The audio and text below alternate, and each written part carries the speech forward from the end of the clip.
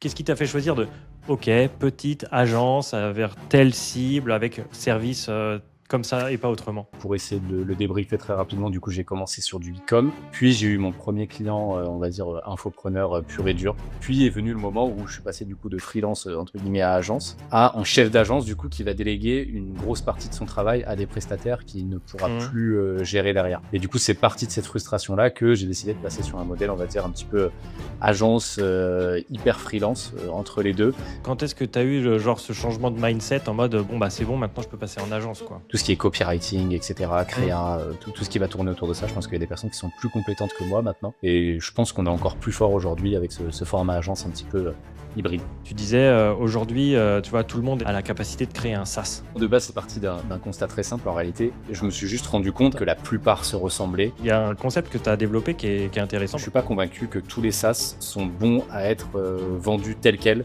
La bonne manière d'utiliser un SaaS, c'est pas forcément directement de le mettre sur le marché, c'est peut-être de s'en servir au sein d'un service pour rendre ton service encore plus fort. Qu'est-ce que tu mets en place aujourd'hui pour peut-être aller plus vite ou mieux travailler quoi? La grosse force de ce SaaS du coup, c'est notre portefeuille client aujourd'hui. Puis on a ce petit hack du coup de le nourrir avec notre propre portefeuille client et c'est trop cool de pouvoir faire ça et c'est super puissant. Et c'est des vrais hacks en publicité qu'on va chercher avec ce type de SaaS.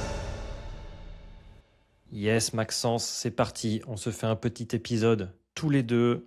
Évidemment, la question que je pose à chaque fois, la question la plus originale qui déconcerte tout le monde, c'est comment ça va? Et comment répondre à ça finalement aujourd'hui? C'est Non, fou, déjà hein? merci pour l'accueil et bah, content d'être là, donc forcément ça va très bien.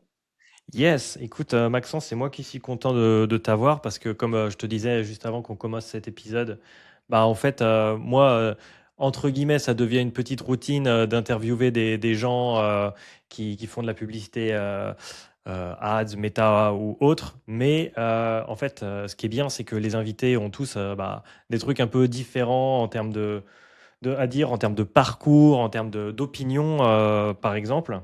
J'ai d'ailleurs noté quelques trucs à ton sujet, tu vas voir, sur lesquels on va revenir. Moi, je t'ai découvert parce qu'on m'a parlé de ton profil et puis en creusant, je trouvais qu'il y avait aussi des choses intéressantes à savoir à ce sujet. Mais bien entendu, je vais te laisser, bah, à toi, si tu veux bien, te présenter, nous en dire un petit peu plus sur qui tu es. Et puis après, on verra, je vais te cuisiner un petit peu. Allez, c'est parti, on la joue comme ça. Écoute, de mon côté, du coup, je m'appelle Maxence Allegré. Moi, aujourd'hui, je suis basé en Andorre, donc depuis peu de temps, mais c'est le nouveau branding, voilà, basé en Andorre, au milieu des Mm. montagnes. On est bien, on prend de l'air pur. Que te dire d'autre? Bah, aujourd'hui, je suis à la tête d'une agence de publicité, du coup, qui s'appelle, Mm. ABM Digital, petite agence de publicité et on tient vraiment à appuyer là-dessus. En réalité, je suis le seul media buyer aujourd'hui de cette agence, Mhm. donc voilà un petit peu pour le profil. J'ai commencé il y a quelques années sur du e-com et maintenant je suis exclusivement sur de l'infoproduit, de la prestation de services, de la formation, et cetera. Donc voilà, exclusivement sur la lead gen et spécifiquement sur Meta. Ok. Tu vois, moi, je suis quelqu'un qui fait ses devoirs. Tu vas rigoler. Mmh. Mais j'ai checké quand même un petit peu tes différents profils et tout. Je sais que tu as une chaîne YouTube et dessus, il y a marqué fondateur de Wads. En fait, ton agence, avant, elle s'appelait Wads, elle a été renommée, c'est ça? Watt, c'est un accompagnement, du coup, qu'on a lancé en parallèle, parti d'une frustration, qui était, qu'on ne pouvait pas accompagner finalement tout le monde et que sur de la prestation agence, en réalité, tout le monde ne peut pas se payer les services d'une vraie agence Mm. aujourd'hui. Et du coup, Wads, en réalité, c'est un petit programme qu'on a à côté, qui est une sorte de cerveau co, où on se retrouve avec, pas mal de personnes qui gèrent leur pub par elles-mêmes, mais du coup, qu'on accompagne avec un coaching de 1 heure en collectif. Voilà pour l'idée, Mm. c'est ça le programme. Ok. Donc, bah, là, par rapport à ce que tu me dis et en fait, les choix que tu as fait avec bah, ton agence, l'accompagnement, etc., toi, tu as identifié, je pense, des trucs sans doute qui te plaisent, des trucs sur lesquels tu es bon parce que tu t'es dit que tu allais plus aller sur le côté infopreneur. Et aussi, bah, là, ce qui est surtout particulier, c'est que tu dis que bah, tu dis tout le monde peut pas se payer une agence. En fait, tu as vu vraiment qu'il y a une diversité de choses que tu peux offrir, mais en fait, tu as choisi ton segment, quoi. Donc, comment toi, tu t'es orienté? Qu'est-ce qui t'a fait choisir de, OK, petite agence vers telle cible avec service comme ça et pas autrement? Ouais, je pense que c'est un cheminement qui est assez long en réalité, mais pour essayer de le débriefer très rapidement, du coup, j'ai commencé sur du e-com, ce qui était très cool, hein. Franchement, c'était top, Mmh. surtout à une époque où il y avait d'énormes budgets en e-com. Aujourd'hui, le marché s'est un petit peu plus resserré, je pense, mais Mmh. c'était très sympa.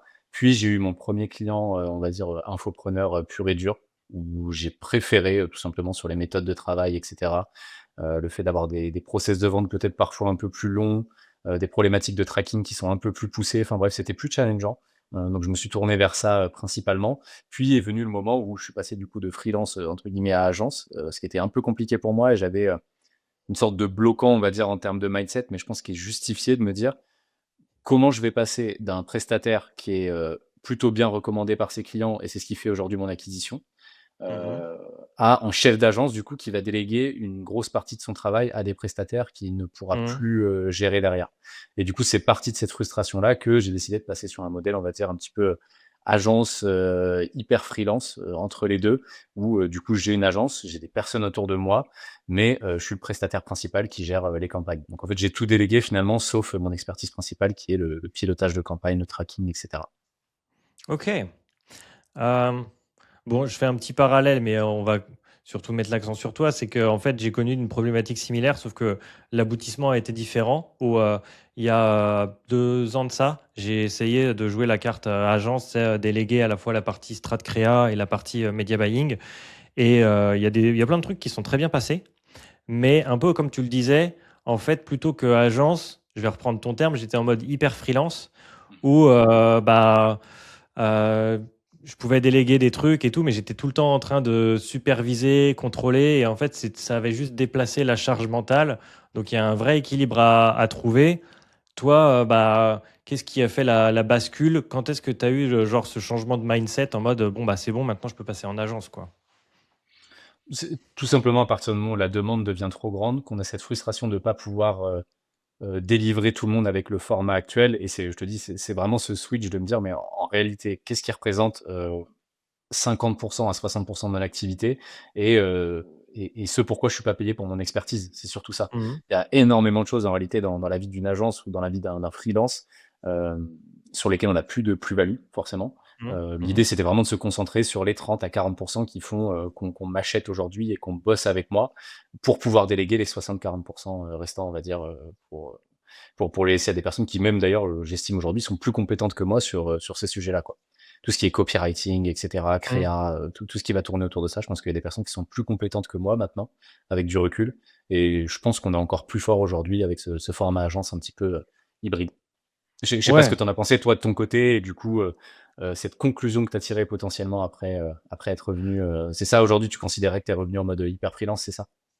Bah, en fait, moi, ce que j'avais aperçu, ouais, voilà, ce déplacement de charge mentale en mode, bon, bah, plutôt que d'avoir à gérer moi-même, maintenant je gère, des gens. C'est un peu le deal, d'accord? Mais, je l'avais fait, un peu naïvement et tant mieux d'ailleurs, si tu veux, en mode, j'y vais et puis j'apprends en cours de route. C'est un peu comme ça qu'il faut faire, des fois, hein.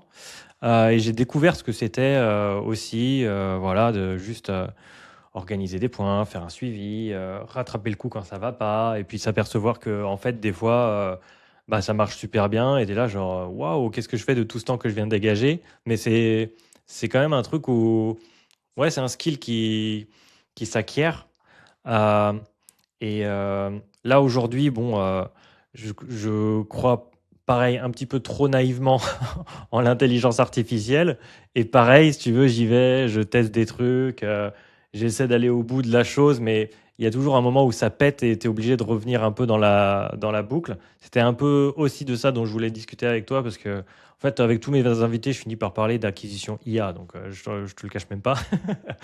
Ah mince. Et en fait, c'est un des trucs, hem, hem, ouais, je vais faire le détour là-dessus direct. Dans un des derniers contenus que tu as fait, tu disais, aujourd'hui, tu vois, tout le monde a la capacité de créer un SaaS. Et il y a un concept que tu as développé qui est intéressant, c'est le concept de la vidéo, qui est que, en fait, ce SaaS, plutôt que de te dire que, bon, bah, voilà, maintenant je peux faire un SaaS, donc toute mon activité, c'est ce SaaS. C'est se dire que en fait, tu utilises les outils que tu es en mesure de créer pour faire une expérience encore plus personnalisée à la sélection de clients que tu as. Donc ça, franchement, je trouvais le concept intéressant et bah, je t'invite à le développer si tu es chaud.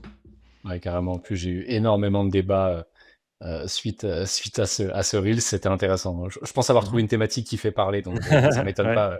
Je l'ai vu passer. Euh, non, de base, c'est parti d'un constat très simple. En réalité, j'ai de plus en plus de demandes de personnes qui font du SaaS. Du coup, je pense que même Mhm. toi, de ton côté, tu as pu le voir avec Claude Code, etc. Vraiment Mhm. une explosion de personnes qui veulent puber du coup du SaaS. Et nous, en tant que prestataire acquisition, on le voit énormément. On est énormément confronté à ça.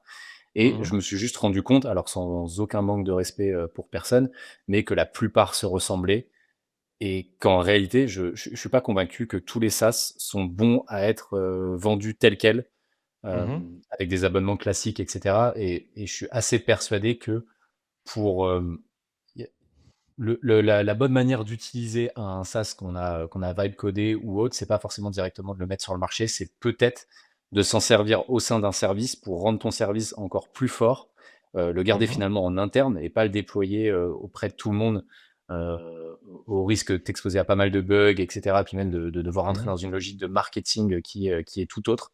Donc voilà, c'était mon Mhm. simple constat, c'est de voir énormément d'agences aujourd'hui qui sortent presque de la prestation agence en essayant de faire fuiter à droite à gauche un petit peu leurs skills, leurs compétences qu'ils ont aujourd'hui en interne, alors que je pense qu'il y a la possibilité de construire presque des accompagnements d'agence encore plus 360 que ce qu'on a aujourd'hui, avec les capacités qu'on a justement via l'IA. Je sais pas ce que tu en penses, mais c'était un peu ça le constat de départ, c'est de voir beaucoup de produits qui se ressemblent, qui sont juste marketés ou brandés de manière différente, alors qu'en réalité, ce qui fait vraiment la singularité d'un produit, c'est son founder et de quelle manière il le déploie sur ses propres clients. C'est surtout ça. Ouais, bah, je vais être très biaisé sur la question parce que avec une team, on est quatre, on est en train de lancer un SaaS. Pour le coup, ça c'est quand même le gros astérisque. Nous, c'est pas du vibe coding. Oui, les devs dessus, ils utilisent Claude Code. On n'est pas non plus des fous, mais c'est voilà, c'est un projet où derrière il y a des devs seniors. Et là où c'est intéressant, ouais, où je te rejoins en fait, c'est que euh, c'est la place que j'ai dans le SaaS, c'est une extension de mon activité en fait.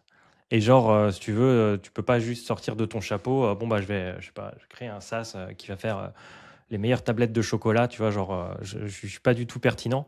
Par contre, bah si tu veux, sur les aspects métiers, media buying et tout, bah voilà, ça permet de voir des trucs où et ça c'est pareil, c'est un des trucs. Je t'ai dit, j'ai bien fait mes devoirs, où tu en avais parlé dans un de tes contenus, où je crois que c'était avec Jérémy Coleman, vous aviez fait analyser des ads par Claude Code. Et n'importe quel IA, à vrai dire, si tu lui laisses analyser les ads juste à froid comme ça va pas très loin, quoi. Il y a pas de profondeur, de nuance, d'interprétation. Et maintenant, bon, que tout ça s'est dit, toi, je sais pas, est-ce que tu as créé tes solutions en interne, que ce soit l'équivalent d'un SaaS ou pas du tout, ou genre qu'est-ce que tu mets en place aujourd'hui pour peut-être aller plus vite ou mieux travailler, quoi?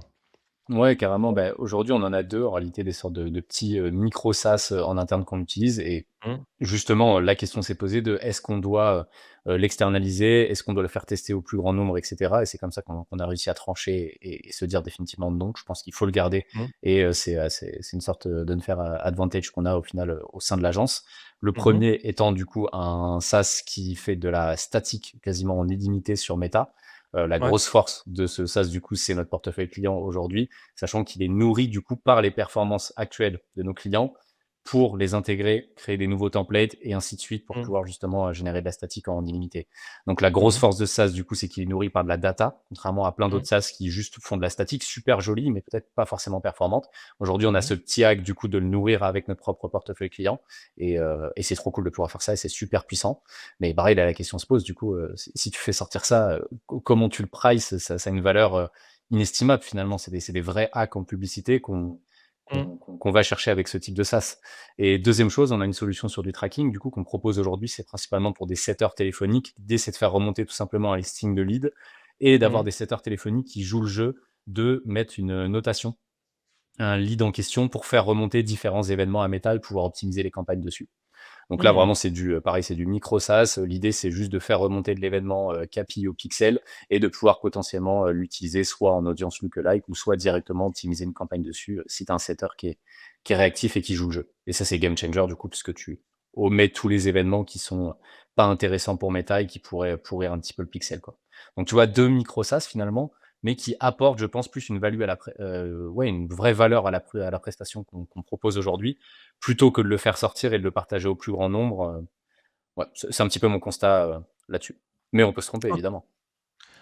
Bah après, au moins, enfin, au moins, mais c'est même pas le terme, c'est en fait, tu développes juste l'outil dont tu as besoin et puis voilà, ça sortira pas en production pour ainsi dire, mais écoute, ça t'enlève deux, trois épines du pied, là, je peux te le dire. Mais tant mieux. Maintenant, une question que je me posais, c'était aussi une curiosité que j'avais sur ton profil.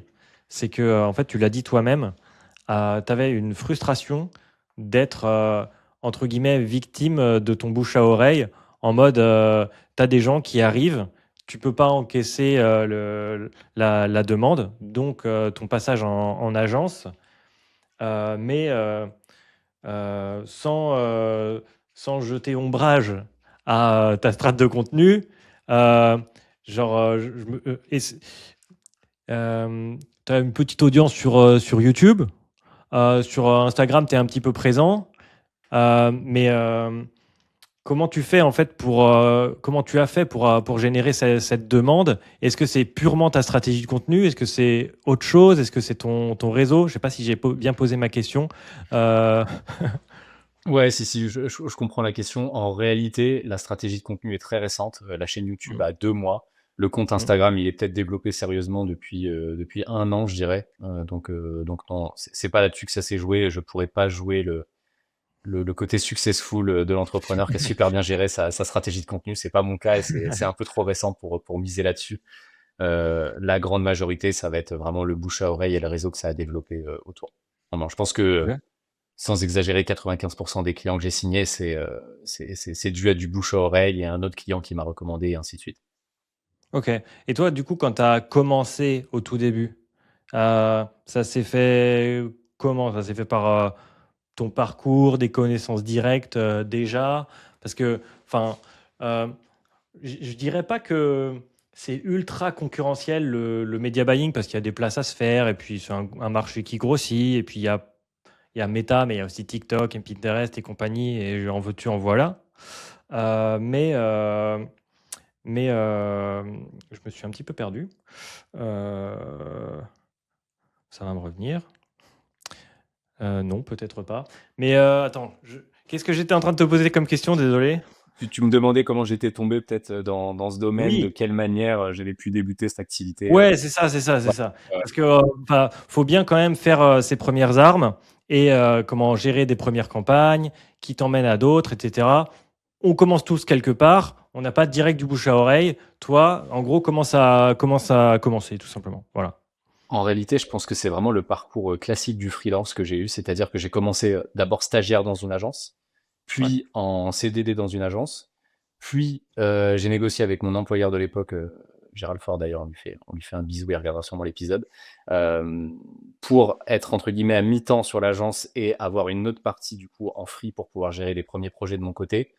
Puis tout simplement l'effet cumulé derrière, c'est-à-dire je suppose en tout cas un premier client bien délivré qui me recommande un deuxième, puis un troisième, et ainsi de suite. C'est vraiment le parcours classique du freelance qui a commencé en agence, qui a eu un coup de cœur pour une compétence spécifique qu'il a appris vraiment compétence métier dans une agence bien établie, et qui a décidé de se lancer avec cette compétence à côté pour voir s'il pouvait en vivre. C'est vraiment le parcours très très classique là-dessus, quoi.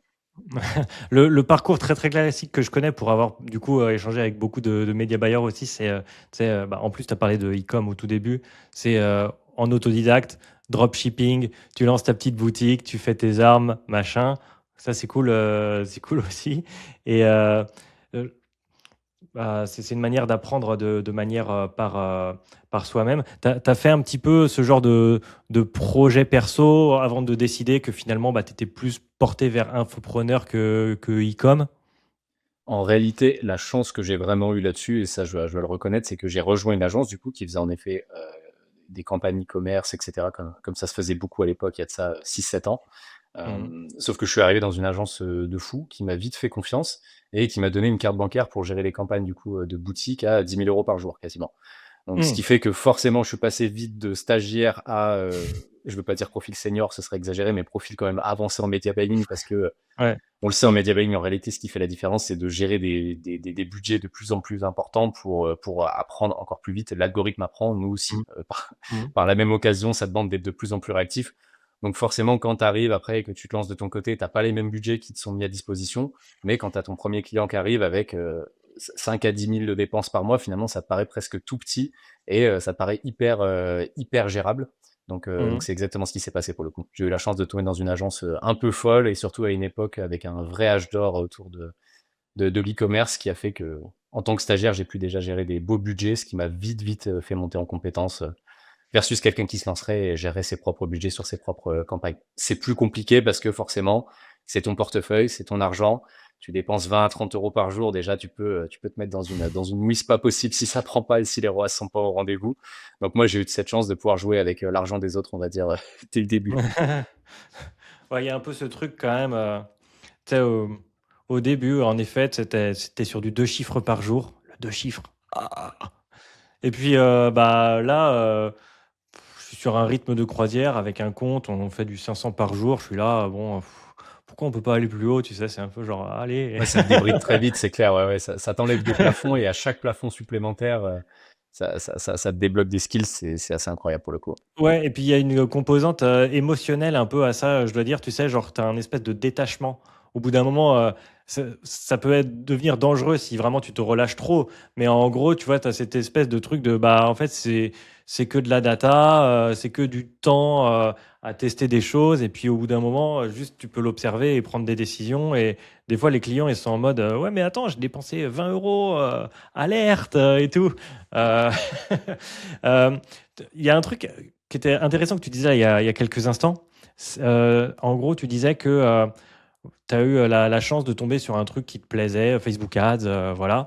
Est-ce que, genre, c'est encore toujours le cas aujourd'hui? Tu as l'impression, je sais pas, de progresser suffisamment, de découvrir des trucs ou est-ce que, je pense, on peut toujours progresser en Facebook Ads si tu veux, mais où est-ce que tu as l'impression, je sais pas, qu'aujourd'hui tu progresses sur d'autres choses et que c'est peut-être le fait de gérer une agence qui t'éclate ou tu vois, genre, qu'est-ce que tu cherches là? Dépenser plus avec ton agence, faire des méga créas, c'est quoi le goal en ce moment, tu vois? Alors, plusieurs réponses à ça. La première étant, je serais vraiment fou d'être resté le seul prestataire finalement de mon agence parce que c'est ça, hein, je suis presque l'employé des personnes de mon agence qui gèrent toute la gestion de projet, etc. Je serais vraiment fou d'avoir gardé que cette partie-là si c'était plus un kiff aujourd'hui. Donc Ouais, vraiment, c'est de la passion pour le coup, hein, de ouais, toucher des chiffres tous les jours, de dépenser toujours plus en mmh, ads, de craquer des stratégies à droite, à gauche, de trouver des nouveaux hacks, etc. C'est ça pour ouais, le coup, c'est vraiment de la passion et j'espère le faire le plus longtemps possible. Maintenant, évidemment, le métier a changé, c'est plus la même chose.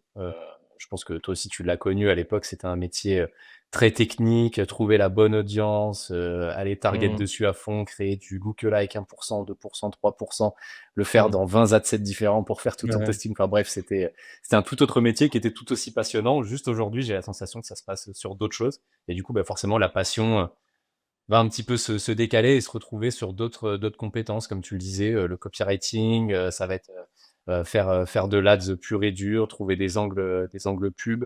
Il y a toujours, cette partie structuration de compte qui est intéressante, mais c'est vrai que ça a un peu, on est plus sur de la compétence pure et dure technique, on va dire, sur mmh. Meta, quoi. Il y a presque plus de skills à trouver sur le tracking et le pixel. À 50, je dirais, les 50 restants, c'est de la créa, quoi. Trouver des hacks, créa pour bien structurer un compte et aller taper les bonnes audiences, c'est un peu ça. Donc c'est plus le même métier, il a vachement évolué, ce qui fait que c'est sans fin, j'ai l'impression et que, c'est difficile de s'en lasser, quoi. Ouais, bah, je vois pareil que toi, genre, je me souviens au tout début, quand on me donnait des conseils en media buying, j'étais vraiment un bébé media buyer. Je demandais des conseils un peu à tout le monde.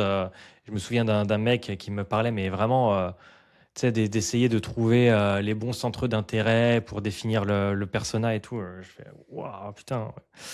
on n'y est plus aujourd'hui, tu vois.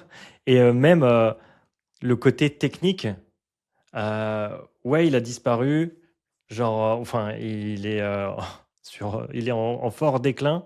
Mais là, aujourd'hui, si tu veux faire du media buying, presque, il faut se battre contre la machine pour lancer des ads. Je te jure, j'ai un compte. J'ai l'impression que Meta veut punir l'annonceur, quoi. Genre, une publicité, t'as des options dans tous les sens. Tu fais un clic, ça te réactive les options. Tu dois cliquer. Genre, ils sont en train vraiment de nous forcer en mode non, non, mais t'inquiète. Tu fais une ad, tu mets 10 contenus dedans et tu retournes vivre ta vie, tu vois. Genre, c'est pas encore ça sur tous les comptes, mais je pense que tu l'as vu sur certains, genre, c'est l'enfer, quoi. Ouais, c'est clair, et en même temps, tu es à la merci de l'algorithme. Donc, du coup, Oui. si tu commences à faire ça partout, j'ai l'impression qu'en fait, c'est hyper contre-intuitif, mais si on écoute les annonces de Meta et les différentes mises à jour algorithmiques, tu te dis, OK, le prestataire bientôt va perdre son pouvoir, ou en tout cas, il Mm, prendra de la hauteur, il sera plus sur de la technique, de la structuration, et mm, vraiment, ce sera des mm, prestataires finalement purement créatifs, stratégistes et tracking experts, on va dire. Alors mm. qu'en réalité, j'ai la sensation que c'est en train de faire la chose inverse avec l'algorithme en place aujourd'hui sur Meta. Et je sais pas toi de ton côté, mais nous, sur de plus en plus de comptes, on revient sur de l'ABO, du testing vraiment hyper précis avec une ads par ad set, ou des badges vraiment qui ont été étudiés de manière scientifique pour aller taper des angles précis. Ça revient, j'ai la sensation de plus en plus sur pas mal de comptes. Et finalement, c'est exactement l'inverse que ce que Meta nous a promis il y a de ça 6 mois, 1 an, en nous disant bientôt, vous mettrez tout en upload et on saura construire la campagne à votre place pour pouvoir aller chercher la bonne. J'ai l'impression Ouais. qu'on en est vachement loin quand même aujourd'hui. Bah, en fait, là, tu vois, tout récemment, j'ai livré un audit à une boîte qui reposait pas mal sur du Meta Ads. Mais en gros, c'est un peu l'ami d'un des fondateurs qui faisait ça un peu pour les arranger, tu vois. Mais bon, il faisait de son mieux, c'était pas son métier et on peut pas lui en vouloir pour ça. Mais il y a des trucs qui allaient pas. Et honnêtement, c'est pas de sa faute. Parce que quand je regarde dans le compte, bah, si tu veux, c'est que en creusant et en connaissant le truc que tu t'aperçois qu'en fait, c'est le sbeul, quoi. Donc, tu pouvais voir, bah ouais, ok, ils ont des coûts par sign-up qui sont de temps. Et puis, la question qui revenait, c'était genre, mais qu'est-ce que je vais faire de cette data, tu vois? Genre, c'était illisible. Et pour que ça soit lisible, bah, en réalité, bah, faut du media buying, tu vois. Faut choisir les campagnes, la structure, la nomenclature. La nomenclature, c'est juste la retranscription de qui j'ai choisi de cibler, quels sont mes axes, tout ce dont tu parlais avant. Et pour t'illustrer le truc concrètement, il avait quand même fait un truc vachement bien. Il prend un ensemble, dedans il met 10 pubs, tu vois. Et chacune de ces pubs avait la fonctionnalité de méta, tu sais, de contenu similaire. Là, ça, c'est Aïe, magique, aïe, ça. aïe. Ah, j'adore. Aïe, aïe, aïe. Et donc, t'imagines, tu as la publicité 1, 2, 3, 10. Sauf que la publicité 1, c'était la 1 plus la 2, 5, 7. Et la 2, c'était la 4, 8, 10. Et ainsi de suite, avec chacune pas le même spend. Et donc, du coup, impossible, mais impossible, hein, de savoir quelle pub à spend pour quel résultat. Genre, Non, c'est foutu. horrible. Et donc, je me dis, bon, bah, super, vous avez plein de spend, mais toute la data que vous avez, je ne peux pas l'utiliser. C'est inexploitable. Si tu cut ne serait-ce que une ads, t'as l'ensemble du compte qui peut se casser la gueule du jour au lendemain parce que Ouais, du coup, ça dépendait d'une dynamic ads finalement qui ouais. dépensait tout le budget. C'est un enfer. Donc, ouais, ma croyance là-dessus, je sais pas si ça résume bien le truc, mais ma croyance, c'est que entre 0 et 3, 4, 5 000 de dépenses, Meta a réussi son pari. Et en réalité, ouais, lancer une campagne avec un ad set, tu mets 10 créas dedans, ça peut très Mm. bien se passer. Évidemment, si tu n'actives pas toutes les options qui font partir le tout en cacahuète, mais ça peut très très bien se passer. Par contre, au-delà, tu commences à te taper les fameuses problématiques. En réalité, c'est la vallée de la mort, entre 5 et 20 000 de dépenses. C'est la fameuse phase de structuration, de bonne lecture des datas, de prise de décision qui peut tout changer sur ton acquisition. Et c'est là que ça devient un peu plus compliqué, quoi. Donc, on va Mm. dire qu'ils ont réussi leur pari à moitié et que c'est vrai que, ouais, pour dépenser tes premières centaines d'euros en ads, c'est cool aujourd'hui. Ils ont bien fait leur taf. Mais, euh, mais c'est après que ça deviendra compliqué, quoi. Ouais, et puis presque, ça donne envie d'en faire moins, d'être moins ambitieux en Facebook Ads, tu vois. Juste de se dire, bah, je vais me contenter de voilà, envoyer un batch, voir un peu ce que ça donne, et puis être complètement tributaire de ce que l'algorithme veut bien te donner. Genre, c'est un peu un peu dommage. Ou alors vraiment, faut se battre contre la machine. J'en étais à me demander si c'était pas parce qu'ils étaient en train d'évoluer de plus en plus. Tu sais, il y a le MCP Meta Ads qui est sorti à vraiment de la gestion publicitaire 100% programmatique en mode on n'ouvre même plus le BM, il y a un agent qui fait tout. Et à partir du moment où c'est un agent qui gère, bah derrière, Meta, il te met ses optimisations, ses machins.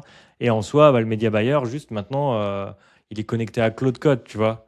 Genre, est-ce que toi, tu as poussé un petit peu le vice jusqu'à, genre, via un MCP, faire du media buying assez poussé et si oui, jusqu'à où, tu vois? Ouais, non, pour l'instant, alors sur l'analyse, je trouve ça hyper pertinent. Maintenant, mine de rien, déjà depuis un moment, on passe de moins en moins par le business manager pour prendre des décisions sur nos campagnes. Nous, on a toujours du tracking externalisé, etc., Ouais. pour prendre des décisions purement sur le ROAS, etc., chose que tu n'as pas sur Meta ou difficilement, ou alors de manière pas Ouais. du tout fiable en termes d'attribution. Ouais. Donc ça, on le fait déjà depuis un moment. Donc forcément, avec Claude, etc., ça devient d'autant plus cool parce que tu peux vraiment discuter avec lui pour aller trouver là ce qui a le Mhm. meilleur ROAS, etc. Maintenant, jusqu'ici, je me suis toujours interdit de faire une optimisation via Claude, du coup. Cut une ads ou Mhm. quoi que ce soit, augmenter le budget via Claude, je me suis toujours interdit de le faire jusqu'ici. On verra comment ça évolue, mais j'avoue que j'ai la petite crainte. Et comme je suis garant du spend finalement de mes clients et de la sécurité de leur compte, ça me bloque un peu pour le moment, pas d'un point de vue uniquement Mhm. sécuritaire, mais parce que j'ai vu énormément de bans autour de moi dû à des actions robotiques sur des comptes, et forcément, Mhm. il y a toujours une petite crainte, on va dire, là-dessus. Et je sais pas si ce côté fun de juste dire trop cool, j'ai cut une ads grâce à Claude, euh, vaut assez cher pour être testé et jouer la sécurité d'un compte et un potentiel ban permanent, quoi. Donc disons que pour l'instant, je prends pas trop le risque et j'ai entendu trop de choses et j'ai vu trop de choses pour le tenter pour le moment, quoi. Ah ouais, je l'ai vu là, mais déjà il y a plusieurs semaines de ça là sur. Bah, tu regardes toujours un petit peu tu sais, les Américains parce qu'eux, ils sont Ouais. des têtes brûlées, ils voient un truc comme ça, ils y vont à fond, let's go. Et c'est des mecs, c'est des comptes, ça fait 20 ans qu'ils font des ads, ils dépensent bien salement. Et puis du jour au lendemain, tu n'as plus de compte. Et puis merci, au revoir, pas la peine de nous contacter. Et, du coup, bah, là, tu es vraiment à la merci de l'algorithme, genre littéralement, ils te foutent dehors. Donc c'est un peu chaud, quoi. Ouais, c'est exactement ça. C'est où est la limite en réalité? Parce que j'avoue que c'est tentant, tu vois. Nous aussi aujourd'hui, on a d'énormes challenges parfois qu'on lance. Il y a 500 ads à upload. Bon, Mm. t'as qu'une envie, c'est de les filer à Claude et de lui dire, allez, structure ma campagne, balance les 500 ads et ensuite on prendra les premières décisions de testing ensemble. Mais c'est tellement risqué. C'est tellement risqué. En tout cas, moi, pour l'instant, ça m'inquiète et j'y vais pas les yeux fermés pour le moment. Pour l'analyse, c'est trop cool. C'est vraiment trop cool. Mais faire du mass upload, etc. et des actions multiples sur les comptes tous les jours, c'est risqué. J'ai vu trop de bans pour le moment pour y aller. Bah, du coup, là, tu as quand même dit, tu vois, sur des lancements, des stratégies. Tu parles de quand même plusieurs centaines de créas, des trucs que tu vas bah, batch upload plus ou moins à la main, tout ça. Genre, j'ai l'impression que c'est quand même un petit peu, je sais pas si peux dire ta secret sauce, ou en tout cas, il y a un truc que tu fais. J'ai l'impression, là, quand tu me dis ça, c'est quand même assez unique, assez particulier. Donc, là, genre, c'est quoi pour ainsi dire, ouais, ta méthodo ou je sais pas, genre ta manière de voir les choses sur qu'est-ce qui fait que tu vas choisir bah, de bosser avec un profil, de lui conseiller de faire une strat avec 500 créas et parce que tu sais qu'il lui faut tel budget pour tel résultat. Genre, toi aujourd'hui, c'est quoi ton credo, tu vois, qu'est-ce que tu proposes que les autres proposent pas en fait, que tu sais faire, tu vois. Je sais pas s'il y en a réellement, et aujourd'hui, on a tellement de visibilité sur tellement de comptes que le seul constat que j'ai, c'est que chaque stratégie est unique et il y a quasiment autant de comptes que de méthodes pour faire du media buying. J'ai l'impression Mm. que ça se périme de plus en plus, la méthode unique en media buying, la méthode unique de testing que tu peux partager à Ouais. tout le monde, former 40 media buyers autour de toi en leur disant si vous faites ça sur tous les comptes, ça va marcher. J'ai l'impression que ça se périme de plus en plus et que c'est vraiment Mm. l'approche presque unique sur chaque compte qui fait la différence. Donc, je pourrais pas te donner malheureusement de secret sauce là-dessus qui fait que ça marche sur tous les comptes. À la limite, le truc qui revient de plus en plus, c'est évidemment toujours plus de créa, toujours plus de testing, toujours plus de régularité là-dessus et de l'analyse purement au ROAS sur la qualité plutôt que sur la quantité. Si vraiment je devais résumer la méthode, ça se résume comme ça. Et après, chaque compte a ses spécificités. Ça va changer énormément d'un compte à l'autre, quoi. Et le tracking le plus poussé possible, évidemment, pour faire remonter la bonne data au pixel. Je sais pas si tu avais regardé vite fait. Euh, est-ce que je t'avais partagé la vidéo YouTube que j'avais fait l'interview de Charlie Connor. Tu connais Charlie Connor? Ouais, j'ai pas vu la vidéo en question. Mais Charlie Connor, lui, bah, pour le coup, il a une opinion bien à lui sur les ads, le tracking et tout. Pour lui, ROAS is bullshit, attribution is bullshit et tout. Et quand tu l'entends parler, tu sais pas trop ce qui est vrai et sur quoi il se base presque. Et mais après, tu finis un petit peu par être converti, si tu veux. Il est assez bon dans ses convictions.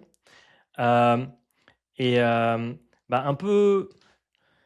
Lui, dans la mode de Facebook Ads, il recommande justement beaucoup de faire peu de campagnes, peu de créa, de jouer à fond le côté flexible ads.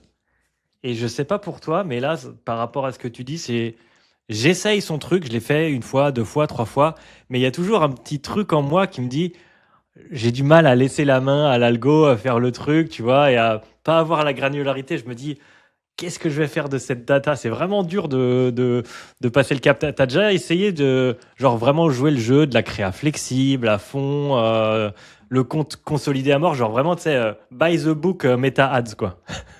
Ouais, ouais, je l'ai déjà testé. Et c'est là que le marketing, en réalité, c'est fort. C'est que quand tu as une forte conviction comme ça, tu peux convaincre tout le monde avec et ça peut marcher. Donc, c'est un peu la Mm. logique de tout fonctionne et en même temps, rien ne fonctionne, tu vois. Ouais. Si tu es fortement convaincu de quelque chose et que tu le mets sur tous tes comptes, il y a forcément un compte sur lequel ça va fonctionner et ça deviendra du coup ta logique et tu vas pouvoir prêcher ça au plus grand nombre. Euh, Moi, j'ai cette conviction, comme je te disais, que vraiment c'est du sur-mesure aujourd'hui et que d'un compte à l'autre et même sur un même compte d'une semaine à l'autre, c'est pas les mêmes choses qui fonctionnent. Il Mm. faut constamment s'adapter. Donc, j'ai juste pas cette croyance de pouvoir partager une méthode unique. Mais pour l'avoir testé, ça peut fonctionner sur certains comptes. C'est juste qu'aujourd'hui, quand tu es une agence, je pense pas que tu peux résumer ta méthode en une seule et unique phrase en disant nous, c'est la force de l'algorithme, on laisse tout faire à l'algorithme. Mais ouais, mais il y a des comptes sur lesquels ça va fonctionner bizarrement quand tu repasses en ciblage manuel avec une ABO, avec une ads en face. Il y a des comptes sur lesquels c'est l'inverse. Tu vas avoir 3 adsets en CBO, chacun 50 ads dans chaque adset, et tu laisses faire l'algo et pilote avec ça, ça se passe super bien. Mais 2 semaines plus tard, ça se casse la gueule, faut repasser à autre chose et ainsi de suite. Donc, j'ai vraiment la sensation que la vraie réalité du marché, c'est de la flexibilité et de s'adapter au compte que tu as en face de toi et surtout au bon vouloir de Meta et de son algorithme à chaque mois, quoi. Ouais, tu sais quoi, en tant que média buyer, sur la partie sales, tu sais, quand tu fais des appels avec des prospects qui veulent faire des ads et peut-être qu'on n'a pas toujours conscience du truc. Moi, je trouve que je, je suis quelque part un peu forcé d'être mauvais vendeur parce que si on me dit bah, quel résultat je peux espérer et tout, genre moi tout de suite dans ma tête c'est je suis désolé, mais moi je mets mon ego de côté, je vais tester des trucs, j'ai des opinions, j'ai des manières de fonctionner, mais en vrai ça peut se planter, tu vois. Et puis il y a des trucs qui dépendent même pas de moi, genre votre business, il y a je sais pas. Les événements politiques qui vont, tu vois, voilà, il y a plein de trucs, genre, voilà. Mais quand même, tu arrives à les convaincre à un moment, les gens, en leur disant, mais en fait, par contre, tu as de la data, tu sais exactement là où tu vas, tu peux identifier ce qui est bien, ce qui est pas bien, tu vas vite. Mais en fait, ce que j'apprends avec ça, et c'est ce que tu disais aussi, c'est que moi, j'ai tendance à dire que la vérité, elle est en dehors du business manager. Et, et ce que je vois de plus en plus, c'est pareil, un truc que Charlie Connor disait, et je trouvais ça super intéressant, c'est en gros, c'est pas un business manager hein, ou une plateforme qui fait grossir un business, c'est un business qui fait grossir un ads manager. Si tu as de l'argent à injecter dans du coup un test, bah, tu peux voir si ce test marche ou marche pas. S'il marche, tu le fais grossir, grossir, grossir et tu lances la roue, quoi. Mais c'est difficile à avoir ce point de vue et les médias buyers, en fait, aujourd'hui, on est obligé de prendre du recul et de faire des missions de plus en plus growth, en fait. Ouais, c'est exactement ça. C'est vraiment des missions 360. Juste pour répondre à ton questionnement avant sur les appels prospects, je ressens exactement la même chose. Et c'est très drôle. Et à chaque fois, je réponds toujours pareil. C'est dans 95% des cas, ça va fonctionner, mais je sais pas sous combien de temps. Ça se Ouais, résume à ça en réalité. Je suis convaincu que ça va fonctionner puisque nos méthodes ont toujours fonctionné, etc. La plupart des choses qu'on a mis en place, ça fonctionne. Mais à quel point vous allez être patient pour que ça fonctionne, c'est ça le vrai truc déterminant dans l'histoire. Il y a des gens pour qui on lance au bout de 24 heures, on a les premiers résultats, on a un time to sell en 24 heures. La première vente qui est tombée, ça y est, on a un ROAS à mettre en face, c'est magnifique. On est trop fort. Mais si je promets ça à chaque client, je suis foutu. parce qu'on va me traiter Mm. d'arnaqueur et on va me dire bah ça n'a pas marché au bout de 24 heures et l'attente du coup est démesurée. Il y a d'autres comptes où il faut faire preuve de beaucoup plus de patience, il y a des time to sell qui sont plus longs, des cycles de vente voilà à prendre en compte. Il y en a d'autres qui vont vraiment marger une fois qu'ils ont la LTV qui s'active, un vrai MRR qui tombe tous les mois. Et dans ces cas-là, sous 3-4 mois, c'est difficile de voir réellement du résultat et des vrais chiffres avec un bon ROAS en face. Donc je pense Mm. que dans tous les cas, c'est une question de patience, mais que sur une offre en effet éprouvée qui fonctionne déjà en organique ou un tout petit peu en pub, on peut tout amplifier. Maintenant, sous combien de temps, c'est la vraie question. Alors, je voudrais focus un petit peu là-dessus d'ailleurs parce que c'est intéressant, notamment parce que je pense pour toi c'est une évidence. Genre oui, tu fais les pubs, tu regardes combien d'argent elles génèrent, pas uniquement dans l'Ads Manager, tout ça, donc tu vas regarder en 360, ok. Mais toi, ton focus c'est des infopreneurs, plus de la génération de leads. Et ça, bah, c'est pas du tout automatique d'avoir un lien avec le chiffre d'affaires. Tu peux être sur des cycles d'achat qui sont très longs. Euh, Toi, bah, aujourd'hui, est-ce que c'est tes petits outils en interne qui permettent de faire ça? Est-ce que c'est tes clients qui te donnent accès au back-end et vous faites un rapprochement? En gros, toi, bah, comment tu gères ça là aujourd'hui, tu vois? Alors évidemment, on a des outils pour ça, mais plus que ça, sachant que bah, je pense que tu l'as compris, ouais, la plupart des clients qu'on accompagne, ça va être du call funnel. Donc ça Mhm. dépend aussi en grande partie, d'ailleurs en grande majorité de la performance des commerciaux qu'on a en face.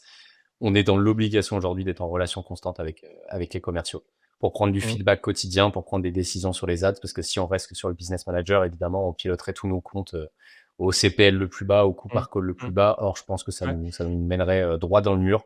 Aujourd'hui, vraiment, la force qu'on a aussi et la chance qu'on a, parce qu'on travaille avec des très bons head of sales aujourd'hui, la plupart du temps, on est vraiment en relation constante avec eux. Vraiment, je parle plus avec des head of sales qu'avec ma femme sur certaines journées, et c'est ce qui fait réellement la différence sur les campagnes, je pense. Parce que vraiment prendre du feedback constant, essayer de comprendre pourquoi c'est pas passé, pourquoi là ça a fonctionné, la tendance qu'ils ont en termes de prospects sur une semaine bien définie, c'est ça qui va te permettre de prendre les bonnes décisions en ads plutôt que te baser uniquement sur les indicateurs du business manager. Évidemment, il y a des outils qui automatisent ça et c'est encore mieux, tu vois. Nous, aujourd'hui, on passe 80, ouais, 90% de nos comptes sur Aeros quasiment.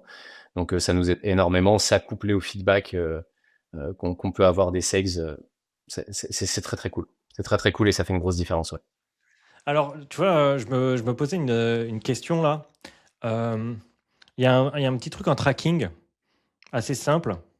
C'est une fois que la personne elle achète, tu lui dis vous venez d'où? Comment vous nous avez connus? Là, la particularité, c'est que les gens ils peuvent t'avoir connu, je sais pas, il y a une semaine, 2 semaines, et en plus tu les as au téléphone, donc c'est pas automatique, la petite pop-up, tu vois. Genre vous faites ça? Est-ce que c'est un truc que vous mettez en place et est-ce que ça marche, tu vois, pour du phoning par exemple? Ça, mon avis, c'est que ça marche pas. Mon avis, c'est que ça marche pas. On le faisait énormément parce qu'avant, on n'avait pas le choix de toute façon et ça reposait principalement là-dessus.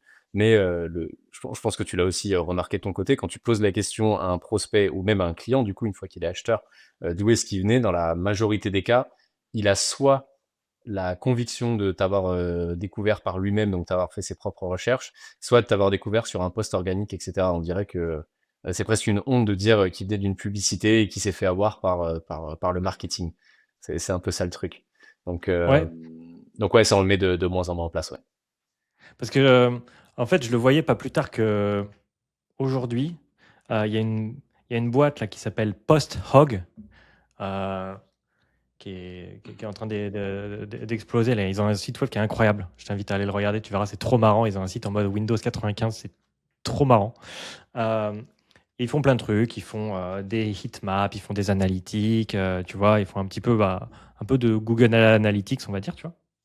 Et ils ont publié un article là, sur Twitter où ils disaient les 7 ou 8 leçons qu'ils ont retenues de leur lancement de startup, tu vois. Et il parlait justement de l'attribution. Et il disait qu'ils y croyaient pas du tout, machin. Et que le vrai truc auquel ils croyaient, c'est de manière facultative, de 5% du temps, ils avaient un petit pop-up qui est comment vous nous avez connus et que c'était ça vraiment qui leur permettait de connaître leurs clients. J'étais surpris, tu vois.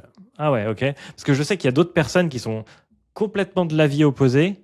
Je me demande même si c'est pas Paul Graham à un moment, tu sais, le mec de Y Combinator là, qui disait que lui, dès qu'on lui pose la question de d'où vous venez, il fait exprès de mettre une réponse qui a rien à voir parce que ça le saoule en fait d'avoir cette question. Et donc du coup, tout seul, tu casses ta data. Donc j'étais assez étonné de voir que eux, ils se basaient vraiment là-dessus et qu'ils en étaient satisfaits, tu vois. Donc je voulais avoir ton avis aussi.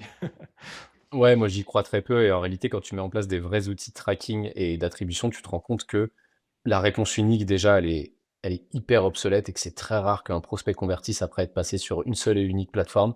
Mais on le voit sur les comptes qu'on gère aujourd'hui.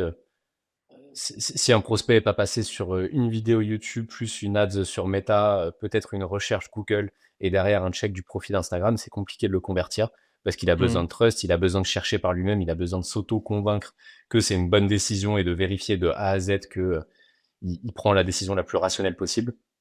Donc en réalité, c'est impossible de mettre une réponse unique sur ce genre de formulaire. Parce que là, dans l'exemple que je t'ai donné, il y a quatre plateformes différentes. Tu sélectionnes laquelle au moment de prendre une décision et de laquelle tu Mm. te rappelles pour pouvoir l'annoncer à ton, à la boîte auprès de qui tu achètes, tu vois.